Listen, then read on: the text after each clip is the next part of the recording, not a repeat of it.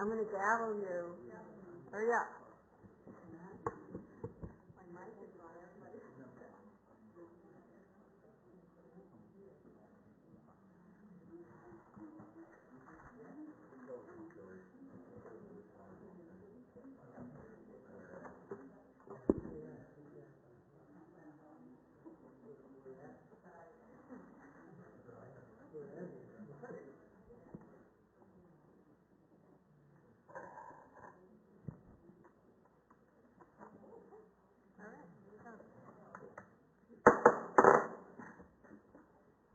We'll call the meeting to order, and we'll start with our Pledge of Allegiance.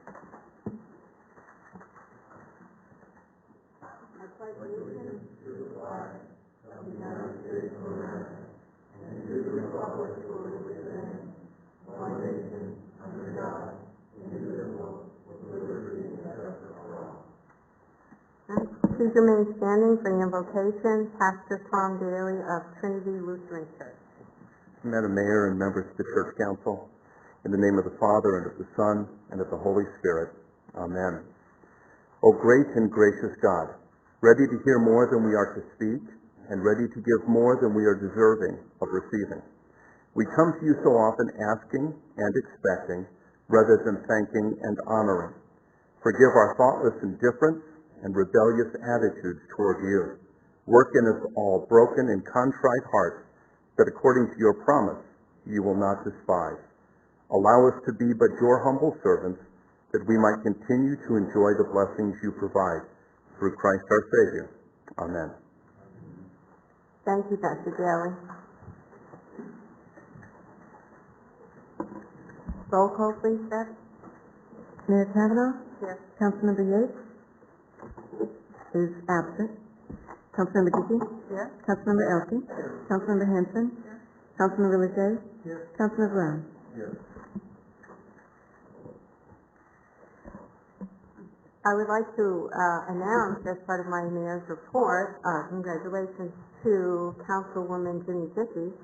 She has accepted and been appointed to the Domestic Violence Council of MAG, which is the Maricopa Associations of Government.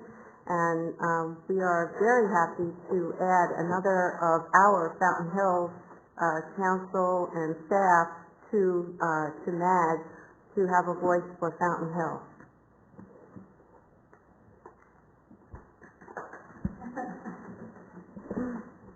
It's a lot. It's very time consuming, and she's already had one meeting. She's going to tell us about that later on. Our first Ken is going to do introduction for our guests. Mayor Kavanaugh, members of the council, with respect to the scheduled presentation, Mr. Mark Lewis is here, part of the Central Arizona Project Governing Board, actually the Central Arizona Water Conservation District Board, that administers the CAP. And he's here to do a presentation to enlighten the council and interact in any questions that you might have regarding the happenings with the CAP. Mr. Lewis? Madam Mayor, members of the council, thank you very much for letting me have this opportunity to share with you today. Just kind of a background, I spent almost 20 years doing master plan development communities, much the size of Fountain Hills. I helped build out Sun Lakes. I built Saddlebrook and Quail Creek in Tucson, and so I have a lot of experience building master plan communities and building water and sewer companies and those kinds of things. And that kind of led me into running for the CAP board. I'm one of the oldest serving members over there. I've been there 13 years. And we have a 15-member board, and we have no debt. We have $300 million credit line, and we've lowered property taxes and water rates 3 times in my 13-year tenure over there. And we supply water, renewable water supplies to 80% of the state of Arizona. And we spend about $100 million a year pumping water up over the hill with 5 million horsepower, so that everybody can enjoy the benefits of living here in the desert with a renewable water supply. So that's just a little bit about me, and and what we do. And just to kind of give you an idea, the CAP Canal is about a $4 billion operation that the federal government built, and we're now repaying them through our property taxes and water rates. It covers the bulk of the state, and it provides renewable water supplies for all development. If you want 100 years of water supply for your town or your subdivision, you have to come to us to include your project or your town in our particular water supply program. In addition, we do renewable energy or renewable water supply recharge services. We supply water to many of the Indian communities who have water rights, and we supply all the way down to Pima Mine Road, and a number of the mining companies are our customers. So we cover a lot of bases in a lot of places. Like I said, we use a lot of power when we do this, 5 million horsepower. When we flip the lights on at or the pumps on at 1 a.m. in the morning, Vegas flickers. We pretty much use the entire output of the power grid in the western United States from 1 a.m. In the western United States from 1 a.m. to 5 a.m. in the morning. And we pump water across the state and store it in lakes in the wintertime, and then we're distributing down from there. So to give you an idea of the magnitude of that, we're the largest power user in the state of Arizona, single largest power user. And with that, we were allocated 25% of the Navajo generating station to move all that water, and takes a lot of energy from the Navajo generating station, and we own a percentage of that with SRP, LADWP, and it's up on the Navajo reservation. And that is why I'm here to talk to you a little bit tonight. Next page. The Navajo generating station is operated by SRP. It's a very, very large coal-fired power plant in the western grid. It supplies baseload resources to the entire western grid, along with Palo Verde. Those are the two single largest power generators on the western grid. And Arizona is a big part of that. And basically the challenge that we face and how this affects you is the EPA is looking at asking us to put a $1.1 billion catalytic converter on those smokestacks with the new EPA environmental regulations. Well, what does that mean to you and the town? You are a CAP municipal subcontractor. You have about 8,900 acre-feet of water that supplies the town as your renewable water supply. Well, we're looking at a 20 to 30% price increase if we're faced with that particular catalytic converter on the Navajo generating station. In addition, we have another component of the increase that I really didn't put in here, is we have to renew the coal contracts and all the right-of-way contracts with the Navajo Nation, because this entire structure is sitting on the Navajo Nation property. And so that's going to be another challenge that we have yet to figure out how much that is going to cost. Our challenge is really today, and the things that you guys are going to face is primarily economic. You're not going to run out of water anytime soon. We have a 100-year supply. We have farming going on across the state, and we have a water plan that goes out into 2110. So I won't be around to see the end of that, but I'm pretty sure that we'll be okay. The challenge is economic, is how are you going to deal with price increases and additional supplies of electricity for our pumping, and we're challenged with that right now. We don't have an answer. EPA and the federal government hasn't given us an answer. The tribal negotiators really are not giving us any kind of clue. You've seen some of this in the newspaper. The bottom line is if the power plant closes, we're looking at a 1.2 to 2.2 billion dollar power plant replacement to satisfy the water and the power needs that we need to make all this work. And we haven't come up with a solution for that right now.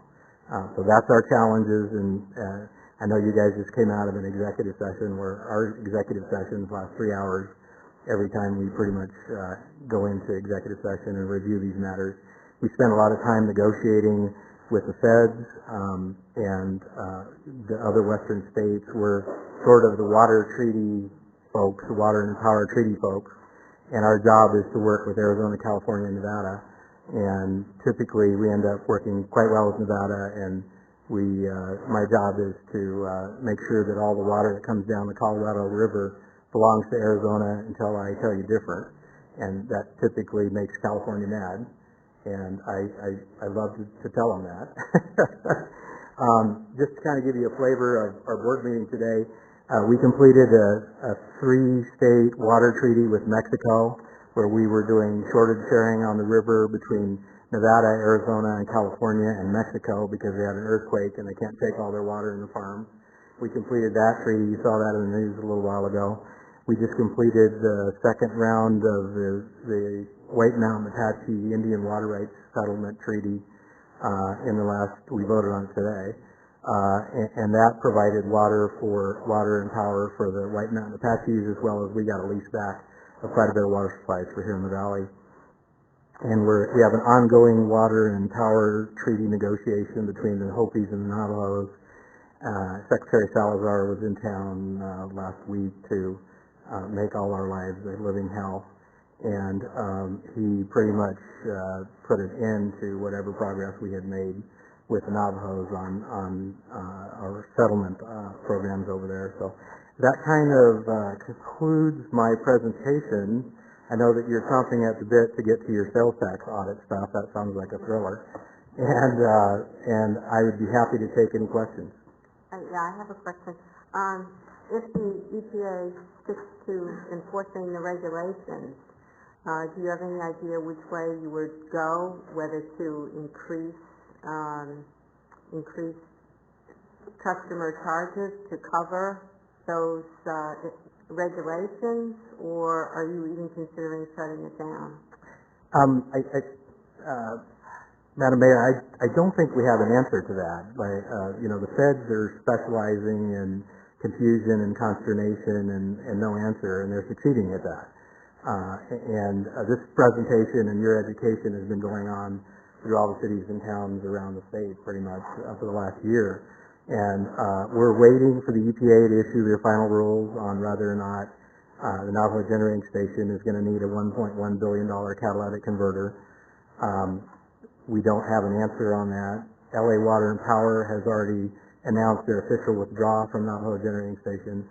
They're 20% owner of the power plant, and they're leaving, which makes it very difficult to spread the cost of a $1.1 billion catalytic converter on a power plant when 20% of your participants are leaving. So I don't think we have a clear answer, and right now we're waiting for the EPA to issue their final BART ruling on the regional haze matters and the SOx and the NOx rules that we're going to have to comply with. So we don't have an answer, is what I can tell you. I'd be happy to keep you guys updated. That would be great. Does anyone else have questions for Mark? Yes, Councilman Brown. Mark, do you have a time frame for the catalytic converter installation? Have they given us a time frame for that? Assuming that we are able to negotiate a reasonable upgrade to the power plant, and we can work with our stakeholders and get the rates that we need to cover all of this, and go out and borrow, $1 billion. Assuming we can do all that, you would be looking at about a 2016 installation date, because the permitting and the entitlements is quite a chore. And so after that, once you spend $1 billion on a catalytic converter to upgrade the plant, you need to recover the cost over the life of the plant. And that means that the lease extensions with the tribes, the Navajos and Hopis, need to go out for another 30 years. And right now, they have not agreed to do that yet. So it's kind of like the fiscal cliff that Congress is dealing with. There's a lot of uncertainty. Thank you. Mm-hmm. Councilwoman Dickey. Thank you, Mayor. I can imagine with my background, you would figure I might have heard some other aspects of this, and of course it's a complex issue, so there are more than one or two perspectives on this, and I know we don't have any EPA representation here or some others. I did get a fact sheet that was from Sierra Club that I did give to all of you so that you could maybe get a little bit of an idea of what maybe some of the environmental issues that went into this requirement that may be coming down for the catalytic converter. There's a lot of information out there. As a matter of fact, if you go online about the health effects and even how the Navajo Nation feels about this, I know that there's jobs involved and things like that, but there are also other aspects to that and their health, and that keeping the plant open has influenced water talks and such. And it's just a lot of information out there that I couldn't get together, just for this. I know that this relates to Fountain Hills and that you've been going to cities and towns to talk about rates. I have seen an estimate that was put together, and again, I do have that looks like it can be fairly minimal, 90 cents or so a month. As stated also, as you stated in the presentation, or is in the presentation, that currently agricultural use of water is largely underpriced relative to urban use, which means that cities and towns are paying more for this. Maybe that's something that can be reviewed. CAWCB getting 98% of their energy from one source is a factor in itself that has to be looked at, and maybe it's worth discussing that and what would be a long-term plan for sunsetting the plant. The plant's 40 years old and does have problems, and there's visual problems and health problems associated with that, the regional haze like you spoke about.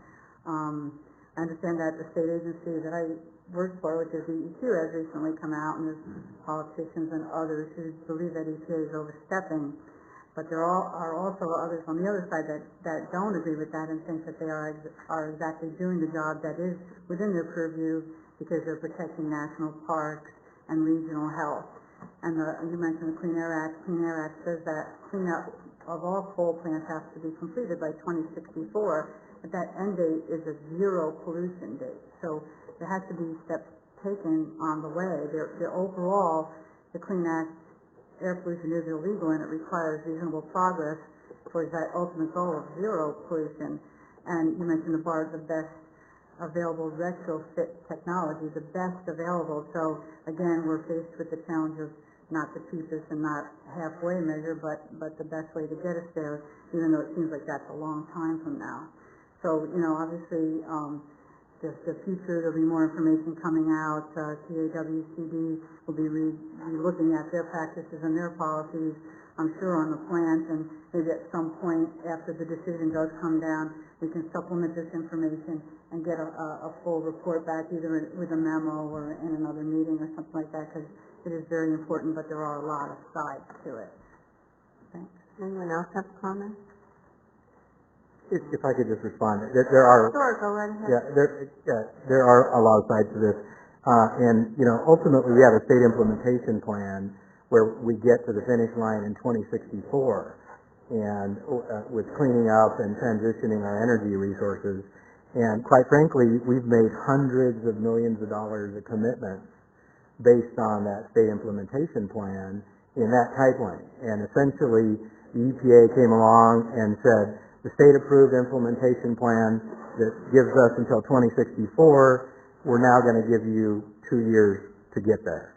And that is just completely unfair in the way the state of Arizona and its departments and its stakeholders have been treated, in my opinion.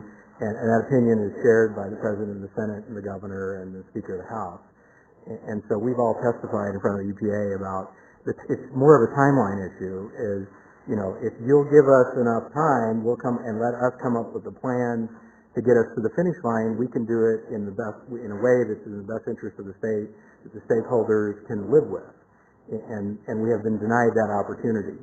And that is just patently unfair, in my opinion. And going from 64 years to 4 years with all the power plants in the state, essentially, is not a way to do public policy. And it just completely ignores the 10th Amendment. So I have pretty strong feelings about that. Mayor, this is obviously a political, in addition to a energy issue, and all kinds of things are attached to it. So I appreciate you coming in here. Thank you. Thank you, Mark. You're welcome. I appreciated the presentation at League of Cities, and I knew that this would be something of interest to our council, so I appreciate you putting this together and coming out Yeah, I'd love to come out again in 6 months or so and give you guys an update, because it's a continuing drama. That would be great. All right. Thank you very much. so much.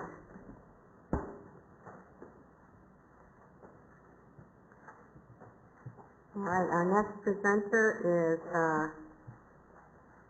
Albert Haller of Albert Haller and Associates, related to the Governor's Transaction Privilege Tax Simplification Task Force.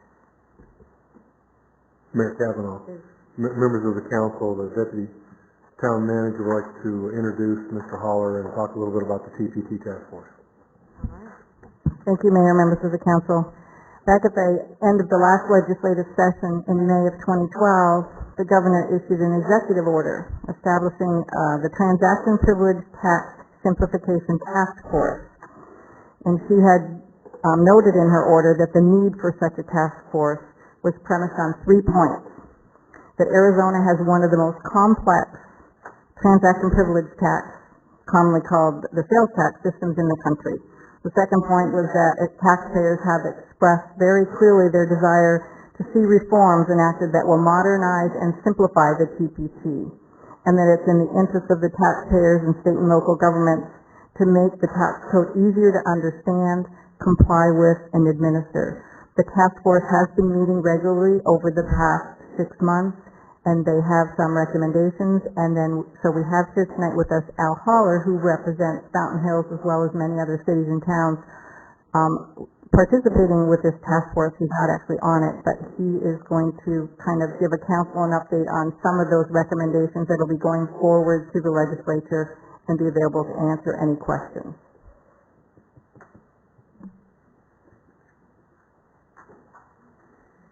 Thank you, Mayor, Council. I'm Al Haller. Is that better? Good. The task force came up with 10 recommendations. 7 of those recommendations are okay. They really won't affect Fountain Hills in any way that I could determine. And they should all be, just let them run their course. These are some minor recommendations, let's say, to keep your congressman advised that you're on top of this, and the online transactions that are maybe taxed in the future, the internet sales, those kind of things are all in your favor. The 3 that I think are really up for discussion, and 2 of them are related, but one of them, one recommendation is that state law should provide for statewide administration of all sales tax. That being said, the town's ability to audit or to do any work related to sales tax then would be removed, and it would go to the Department of Revenue.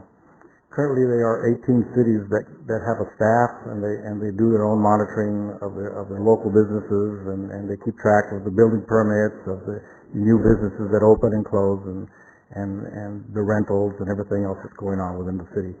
You would lose that ability to monitor that, and it would go to the state agency.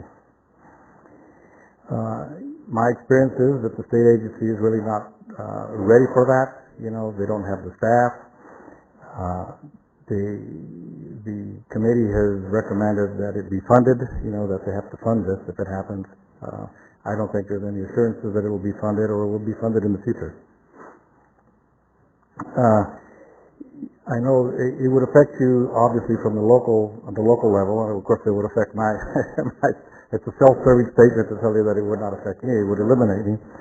But the town has collected, you know, and assessed almost $200,000 in the last 3 years, which are the lowest years that we've had. In previous years, it's double or triple that, you know, as far as the assessments and the collections that the city makes direct. Also, the last point is that the non-compliance would probably rise because the Revenue Department certainly can't provide the type of service that you get locally. My recommendation is no, and that's up to you all. The other one is it's related to this also, is that whenever someone does an audit, and let's say it goes to the state, they'll have to do an audit for every jurisdiction in the state at one time. Currently, the taxpayers have the option of saying, okay, go ahead and audit all my activities for all my stores in any city or whatever I do, but they have the option to elect that. That particular requirement, I don't think is taxpayer friendly from the standpoint that audits will take much longer, they'll be involved, they're just more complicated, and it's just not efficient. It's not simpler for the taxpayer to do that. I think that they have the option to accept one if they want one.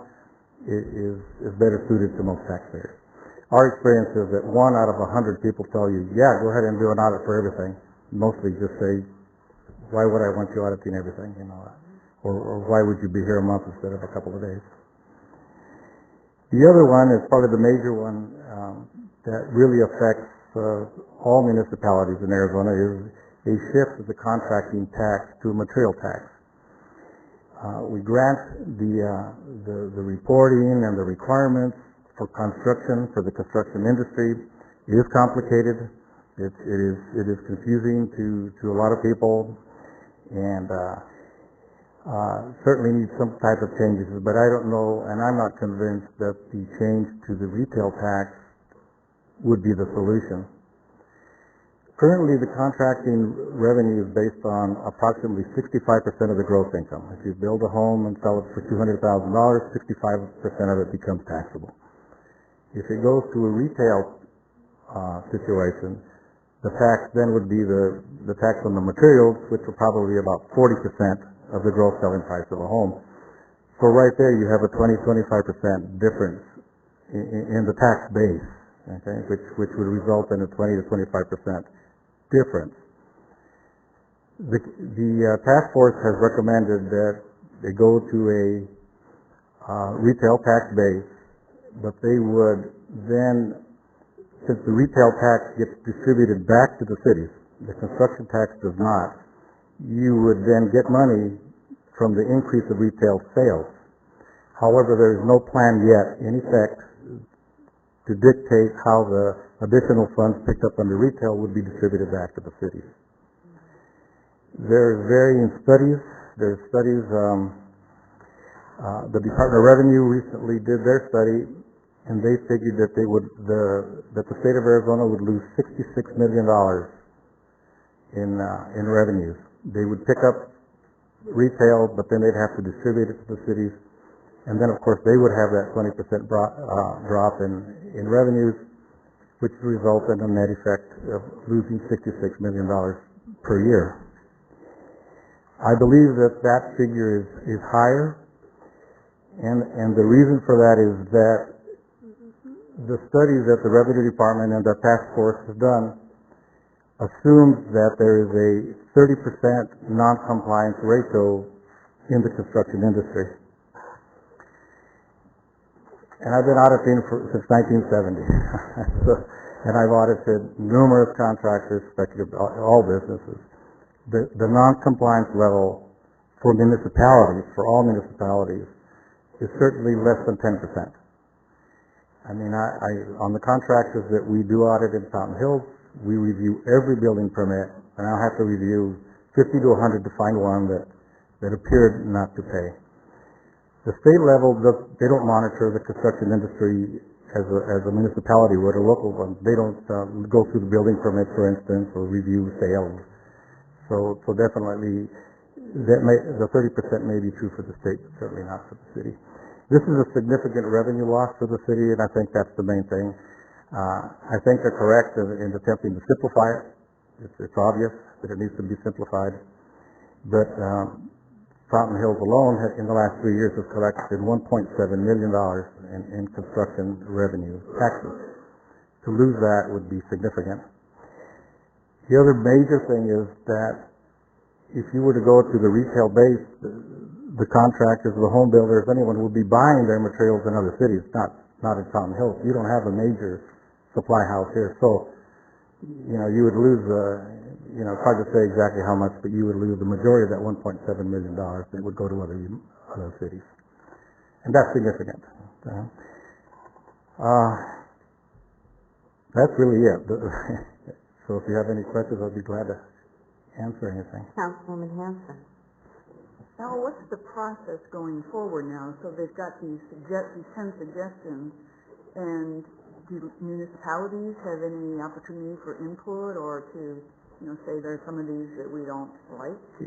Yes, and the members themselves had two representatives for the cities. There's a person from the town of Gilbert, and then a person from the city of Phoenix, and they were on the 9 voting members of the board, apparently overruled. Tomorrow, the League of Cities is having a meeting with the mayor. I think there's not a meeting or a phone conference or something in regard to what we're talking about here. The task force committee will issue their final report on the 13th. I don't see there's going to be any different than what they've already their preliminary report. There will not be any different. Then it goes to the legislature, and I think that's where the battle will be. And I think the league is well versed in that, and will be handling it. Great, thank you. You're welcome. Anyone else? Councilman Brennan. Yeah, for me. Al, thank you very much. I'd like to continue the conversation about the retail sales and maybe help explain this a little bit. If you buy something at Target and you pay sales tax, most of that sales tax stays right here in town. If the lumber and all the building products are bought in Mesa and Phoenix and Scottsdale and shipped to Fountain Hills, those towns will keep that tax. Whereas now, the way it's set up, when I buy a permit and start a project and I deposit $1,000 in the bank, 6.54%, which is not quite 66%, it's close, 6.54 in Fountain Hills, actually is the tax that is paid and kept in Fountain Hills. So that means that if this totally changes, which it's not fun and it's broken, but I would hate to see it happen to Fountain Hills. If that were to change, our income would go, as I believe you said, $1.7 million over the last 3 years.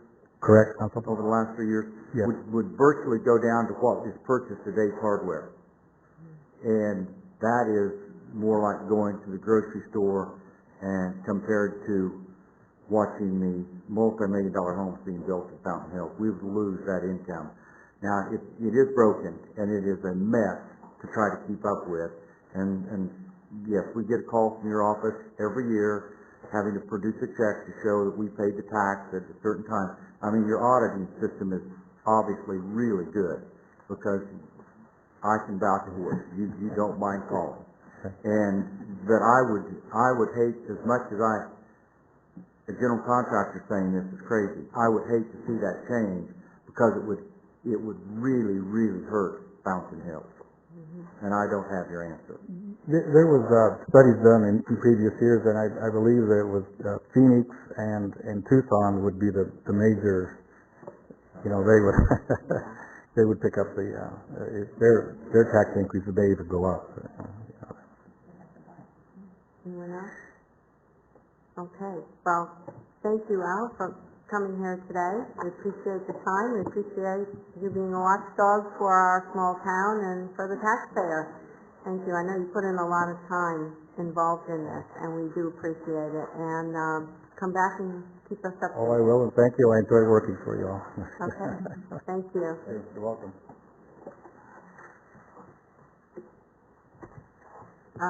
Do you have any speaker cards? No, ma'am. We don't. Okay. Then we'll go on to our consent agenda items. We have 2. Consideration of approving the town council meeting minutes from November 13th and 15th, 2012. And the second is consideration of approving a liquor license application submitted by Susan Yang Tam, doing business as Pacific Moon Chinese Restaurant, located at 16740 Palisades Boulevard for a Series 12 licensed restaurant. Can I get a motion to approve the consent agenda as listed? So moved. Any speaker cards on this item? No, ma'am. No? Okay. Then I have a roll call vote, please. Councilmember Dickey? Aye. Councilmember Elke? Aye. Vice Mayor Leger? Aye. Councilmember Hanson? Aye. Councilmember Brown? Aye. Mayor Kavanaugh. Aye. Mayor 6-0. On our regular agenda items, we have consideration of appointing 4 citizens to the Public Safety Advisory Commission, each to serve a 2-year term beginning January 1st, 2013, and ending December 31st, 2015.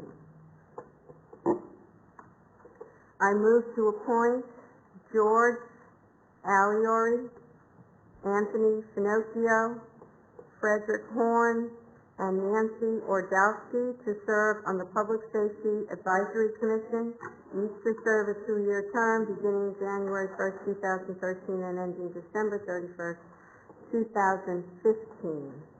Second. And any speaker cards? No, Mayor. All right. Mayor? Any council discussion? Mayor, I'll be abstaining from this vote, thank you. All right. Any council discussion? Can I have a vote, please? All in favor? Aye. Any opposed? It is 6-0. All right, congratulations, and I see that Fred and Nancy are here. Thank you both. Nancy is a new member, and Fred has joined yet again. Thank you so much for volunteering and for all the time. I know, Fred, you put in an awful lot of time into this, and we do appreciate it. All right, congratulations to both of you, and to George and Anthony, who couldn't be here tonight. Number 4 is, Ken, I don't think you have anything, so I am going to give Councilwoman Dickey the opportunity to tell us about her first meeting, Domestic Violence Council.